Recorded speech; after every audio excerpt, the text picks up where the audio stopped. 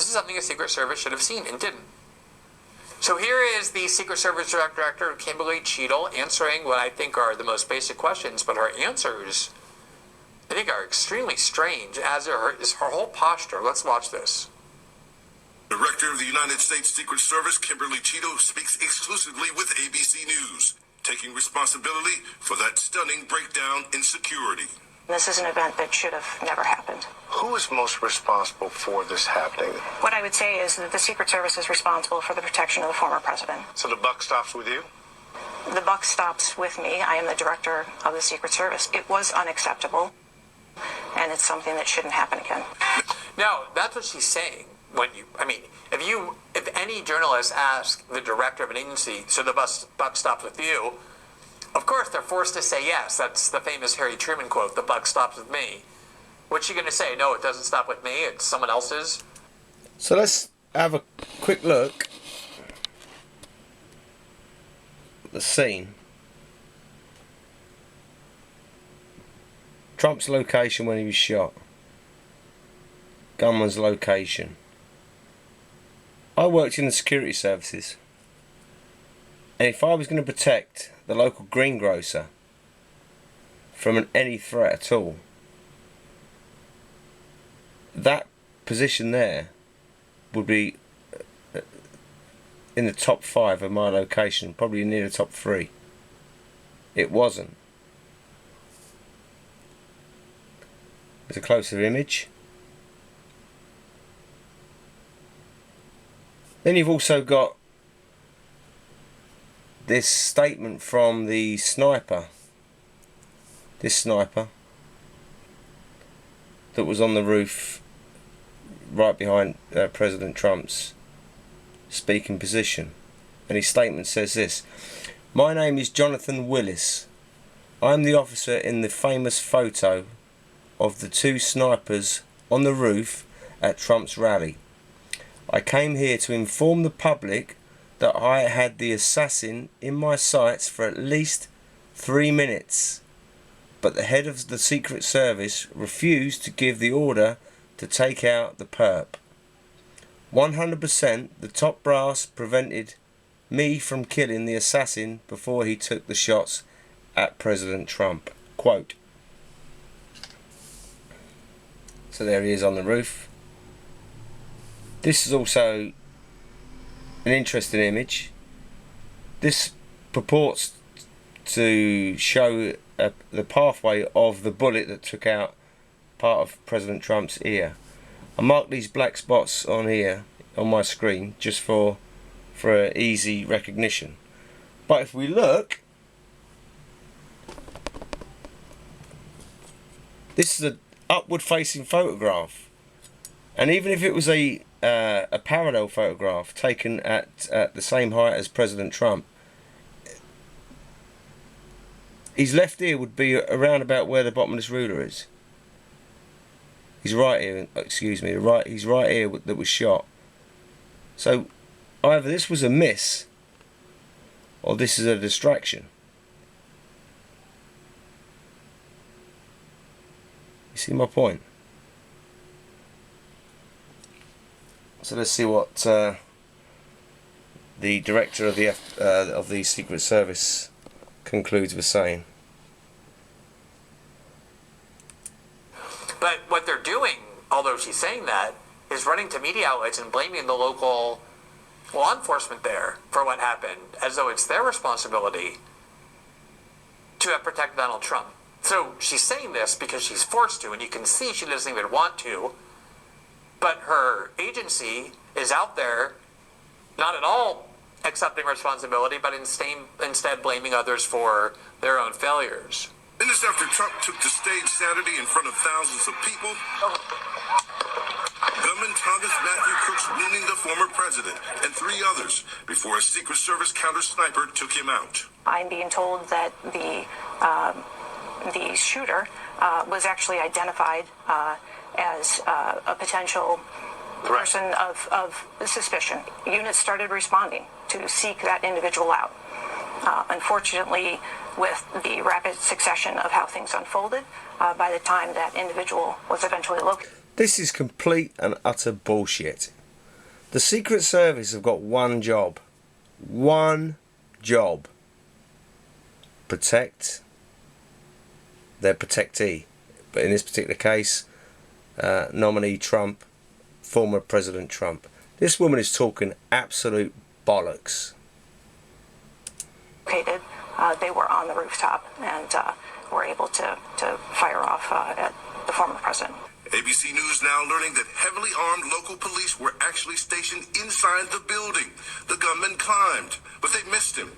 This video showing a bystander pointing towards the building as police look onto the roof. Butler town officials confirming that after they became aware of the threat, a local police officer climbed up to the roof and confronted Crooks, but did not succeed in stopping him. What was your reaction when you saw? So you see how much, beyond the obvious fact that that roof should have been secured, and having local police inside the building obviously doesn't protect against that, because the shooter just climbed up the building instead of entering through it. And why didn't they just have counter snipers on the roof? All of these questions she's really not answering at all. And she's actually admitting how much advance warning there was, that he was identified as a source of danger, but that they couldn't act in time. There were police officers who saw him and confronted him well before the shooting. There were people who are in the crowd, there's ordinary people not trained in detecting dangers and threats, who were able to just look right up at the building and see that somebody was climbing up there and laying down with a rifle, an AR-15 as it turns out. And all these things, none of them provoked any intervention by the Secret Service. All the things that they're acknowledging they had notice of. How the events unfold on Saturday? Shock, and then concern, obviously, for the former president. Your job. Investigators now trying to determine whether roof access had been properly locked down. The shooter climbing up seemingly unimpeded, about 400 feet from the stage, with a direct line of sight on the former president. Should that roof have been? I mean, that is, you can see it there as well. Here in the upper left-hand corner, you see the, sorry, that was a video, so I don't think I can just, I can't touch it, so I ruined it, so we're going to just get that back Director up of in a the second. United States Secret on the former president. All right, there, so let's stop it. Let's just stop it there. There you see the image. There's in the upper left-hand corner is the shooter on the roof. He's 400 feet away from President Trump, who's here in orange. And you can see that there's a direct line of fire. I mean, that building is right next to where the crowd and the stage are. How is it conceivable that the Secret Service didn't think to look there? Now, they go on to ask her about that, and here's what she tries to justify it with. And so, there's a safety factor that would be considered there, that we wouldn't want to put somebody up on a sloped roof. And so, the decision was made to secure the building from inside. All right, now, this is what... Yeah, I'll put my bit in there. I've worked in the construction industry since leaving the army for 20 years plus. And rules on Folsom Heights are stringent.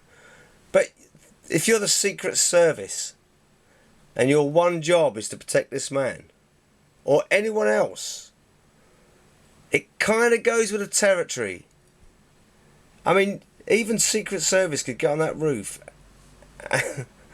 and secure it days in advance in terms of fall hazards or anything else. She's just waffling utter bollocks. What I mean by not only unbelievable explanations, but also contradictory ones.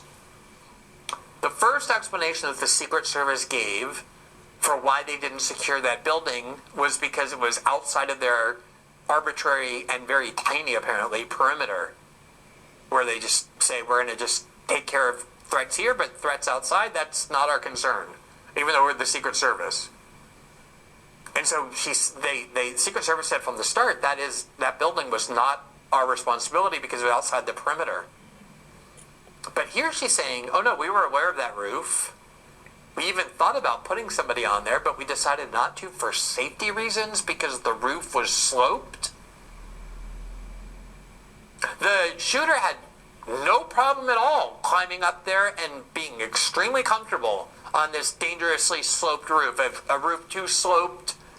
So this is Glenn Greenwald, a left-wing gay man who I respect wholeheartedly, and a left-wing gay man who's never applied for the Secret Service knows that you that roof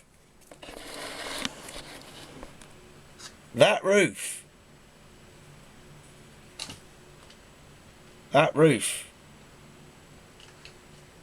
130 metres away from where President Trump was speaking, that roof, obviously, clearly, needed protecting. Now, nothing against effeminate gay left-wing men. I think Glenn Greenwald is amazing. But he's not Secret Service, and he knows it.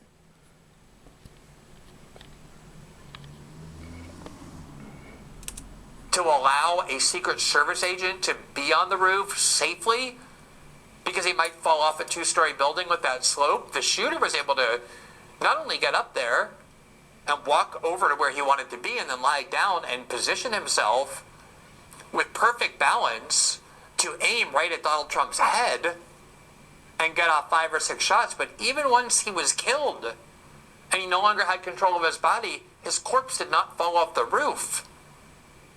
And the explanation for why there was no Secret Service there was because it was too dangerous to put a Secret Service agent on a 2-story roof right next to where President Trump was speaking. Even though this 20-year-old kid with no training climbed right up there, was completely comfortable on there, never fell off at all, and not even once he was dead did his corpse fall off. It's a sloped roof, and that's too dangerous for the Secret Service. Says the Secret Service was responsible for the inner perimeter of the rally where Trump was, but local police were responsible for the outer perimeter where the gunman was located. In Washington, lawmakers demanding answers, calling on the Secret Service director to appear before Congress. We will be transparent both internally with my own folks and externally with members of Congress and with the American public. That's what the public deserves. Bullshit. And Homeland Security Secretary said today they had 100% confidence in you, but there are some members of Congress calling on you to resign. I appreciate the Secretary's comments, and we're going to continue to be transparent and communicate with people. You plan to stay on? Absolutely. I do plan to stay on. Yeah. Well, unfortunately, that is the left-wing entitlement protocol infecting another once-respected organisation. Let me know what you think. Oh yeah, just to leave it on that. This is where the potential assassin was. This is where President Trump was. And she's still making excuses. And that's where the counter-sniper team was, right there. That have now testified that they had the potential assassin in their sights for 3 minutes and was denied permission to take him out before he let off the shots that almost killed President Trump. Wake up, people. Come on.